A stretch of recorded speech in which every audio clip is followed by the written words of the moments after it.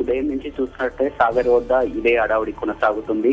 నిన్న ఏదైతే ఉన్నదో తెలంగాణ ప్రభుత్వం నాగార్జున సాగర్ కుడి కాలువకు నీటి విడుదలని ఆపమని ప్రకటించేసరికి ఒక్కసారిగా ఈ ఉద్రిక్తత పరిస్థితి నెలకొంది. మొత్తం మీద చూసినట్టయితే నాగార్జున సాగర్ కుడి కాలువకు నీటిని బంద్ చేయడంతో వాళ్ళంతా కూడా నాగార్జున సాగర్ ప్రాజెక్టు వద్దకి ఆంధ్ర ప్రాంత ఎన్ఎస్పీ అధికారులు పోలీసులు కూడా అక్కడ చేరుకొని నీటిని విడుదల చేయాలని అక్కడ ఉన్న అధికారులను చెప్పడం జరిగింది. అయితే ఎట్టి పరిస్థితుల్లో కూడా వాటర్ ని రిలీజ్ చేసే ఆదేశాలు మాకు ఇంకా స్పష్టంగా రాలేదని Nagarjuna Sagar dam chief engineer నుంచి ఆదేశాలు వచ్చేంత వరకు నీటిని విడుదల చేయబోమని తెలంగాణ ఎన్ఎస్పీ అధికారులు మొరపెట్టుకోవడం జరిగింది. అయితే ఇరు ప్రాంతాల పోలీసులు కూడా, రెండు రాష్ట్రాల పోలీసులు అదేవిధంగా రెండు రాష్ట్రాల సాగర్ డ్యామ్ అధికారులు కూడా అక్కడికే చేరుకోవడం జరిగింది. ఇప్పటికే చూసినట్లయితే తెలంగాణ నుంచి ఎక్కువగా వాటర్ ని ఇప్పటికే వాళ్ళు 43 టీఎంసీల నీటిని అదనంగా ఆంధ్ర ప్రాంత రైతులు వాడుకున్నారని, ఆ పరిస్థితుల్లో ఇప్పుడున్న పరిస్థితుల్లో నాగార్జున సాగర్ నీటి మట్టం చూసినట్లయితే పూర్తిగా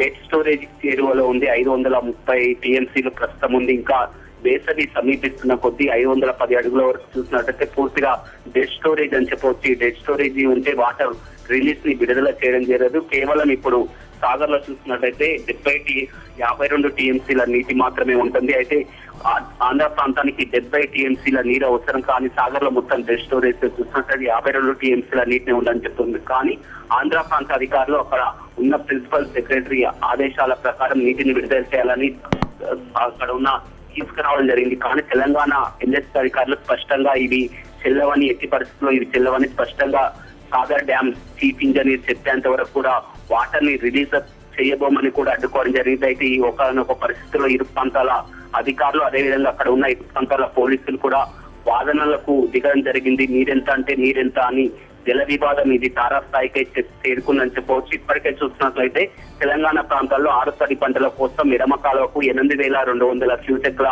నీటిని విడుదల చేయడం జరిగింది. నిన్న మొన్నటి వరకు కూడా సాగర్ కుడి కాలువకు అదే రీతిలో 8,200 క్యూసెక్ల నీటిని విడుదల చేయడం జరిగింది. నిన్నైతే ఏదైతుందో తెలంగాణ నీటిపారుదల శాఖ మంత్రి హరీష్ రావు సాగర్ డెడ్ స్టోరేజ్ కి చేరువలో ఉంది, తెలంగాణ రైతాంగం కంటే ఎక్కువగా 44 టీఎంసీలు అదనంగా వాడుకుంది కనుక సాగర్ కుడి కాలువకు నీటిని విడుదల ఆపాలని ప్రకటించడంతో అక్కడ సాగర్ కుడి కాలువకు నీటిని బంద్ చేయడం జరిగింది. ప్రస్తుతం కేవలం 2,000 క్యూసెక్ల నీరు మాత్రమే కుడి కాలువకు విడుదల చేయడం జరిగింది. ఎడమ కాలువకు 8,000 క్యూసెక్లు, మాకు 2,000 క్యూసెక్లు కాదు, సేమ్ అదే విధంగా ఇంకా 6,000 టీఎంసీల నీటిని విడుదల చేయాలని అధికారులు అక్కడికి రావడం జరిగింది. ఏదేమైనప్పటికీ ఎలాంటి ఘర్షణ వాతావరణం తలెత్తకుండా ఇరు ప్రాంతాల అధికారులు పోలీసులు కూడా భారీగా మోహరించడం జరిగింది. మరి కాసేపట్లో సాగర్ డ్యామ్ వద్దకు చీఫ్ ఇంజనీర్ వచ్చి పరిస్థితి సమీక్షిస్తానని, అప్పటి వరకు కూడా వారిని అదే విధంగా ఉండమని కోరుతూ ప్రస్తుతం పరిస్థితి కొంచెం సద్దుమరిగిందని చెప్పుకోవచ్చు. గౌతమ్, ఆదేశాలతోనే ఏపీ అధికారులు ముందుకు వెళుతున్నప్పటికీ తెలంగాణ అధికారులు అడ్డుకునే ప్రయత్నం చేయడానికి మొండి వైఖరికి కారణం ఏంటంటారు?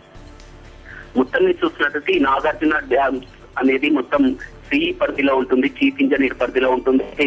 ఇరు రాష్ట్రాల ఇంకా విభజనల నేపథ్యంలో కేవలం వాళ్ళు అక్కడ ఒక ప్రాంతానికి చెందిన అధికారులు ఇచ్చిన లేఖను తీసుకురావడం అనేది మాకు స్పష్టమైన ఆదేశాలు అందలేదు. చీఫ్ ఇంజనీర్ చెప్పేంత వరకు ఇక్కడ వాటర్ ని రిలీజ్ చేయబోమని చెప్తున్నారు. ఇక్కడ తెలంగాణ ఎన్ఎస్పీ అధికారులు కూడా ఈ నీటి విడుదల విషయంలో కాస్త గందరగోళం నెలకొంది. ఎందుకంటే ఇక్కడ తెలంగాణ ప్రభుత్వం నీటిని విడుదల చేయొద్దని వీరికి ఆదేశాలు రావడం జరిగింది. ఇప్పుడు ఆంధ్ర ప్రాంత అధికారులు వచ్చి నీటిని విడుదల చేయమని అధికారులతో మొరపెట్టుకోవడం జరుగుతుంది. కనుక తెలంగాణ ప్రభుత్వం నుంచి స్పష్టమైన ఆదేశాలు అందేంత వరకు నీటిని విడుదల చేయమని ఖరాఖండిగా చెప్తున్నారు. కానీ ఎందుకు విడుదల చేయరంటూ, తమ వద్ద లేఖలున్నా కానీ ఎందుకు విడుదల చేయరంటూ ఆంధ్ర ప్రాంత రైతులు, పోలీసులు అదేవిధంగా ఎన్ఎస్పీ అధికారులు కూడా అక్కడ హడావిడి చేయడం జరిగింది.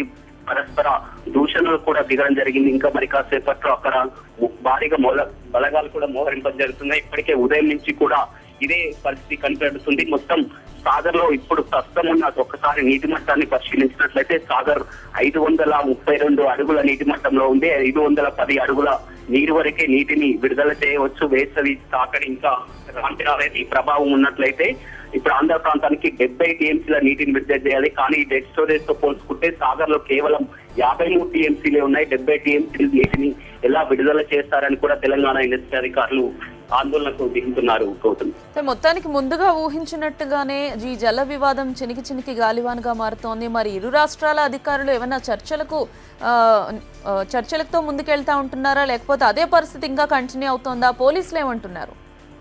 గౌతమి మొత్తం మీద చూసినట్లయితే దీనికి ఇరు ప్రాంతాల వాదనలు ఇలా విధంగా జల వివాదం తలెత్తనే ప్రస్తుతంతో కృష్ణా బోర్డు అనేది మొత్తం వీటికి కృష్ణా బోర్డు డైరెక్షన్ లో ఇరు ప్రాంతాలకు నీటిని పంపిణీ చేశారు. కానీ బోర్డు పూర్తిగా చేతులెత్తేసిందని చెప్పవచ్చు. ఇరు రాష్ట్రాలకు కూడా ఇలాంటి విషయాలు తలెత్తినప్పుడల్లా కూడా బోర్డుని ఇరు రాష్ట్రాల అధికారులు సమర్థిస్తున్నారు. కానీ బోర్డు ఎలాంటి డిసిషన్ తీసుకోకపోవడం వల్లనే ఈ వైఖరి కారణమని చెప్పవచ్చు. ఇప్పటికైనా కృష్ణా రివర్ బోర్డు ఏదైతే ఉందో స్పష్టంగా ఆదేశాలు అందిస్తే ఇలాంటి పరిస్థితి తలెత్తదు. లేకపోతే ఇక్కడ అధికారులు ఏదైతుందో ఇక్కడ పనిచేసే అధికారులకి ఆ ప్రాంత అధికారులు ఈ రెండు రాష్ట్రాల అధికారులు గొడవలు మరింత పెరిగే వివాదం ఇప్పటికైనా బోర్డు జోక్యం చేసుకొని వివాదం సద్దుమనిస్తే తప్ప ఏదైతే ఉందో ఆంధ్ర నీటిపారుదల శాఖ మంత్రి ఉమామహేశ్వరరావు కూడా తెలంగాణ నీటిపారుదల శాఖ మంత్రి హరీష్ రావుతో ఫోన్ లో మాట్లాడడం జరిగింది. ఎట్టి పరిస్థితుల్లో ఆంధ్ర ప్రాంతంలో 6 లక్షల ఎకరాల వరకు కూడా ఇప్పటికే పంటలు సాగవుతున్నాయని, ఇప్పుడు కరాఖండిగా మూసివేస్తే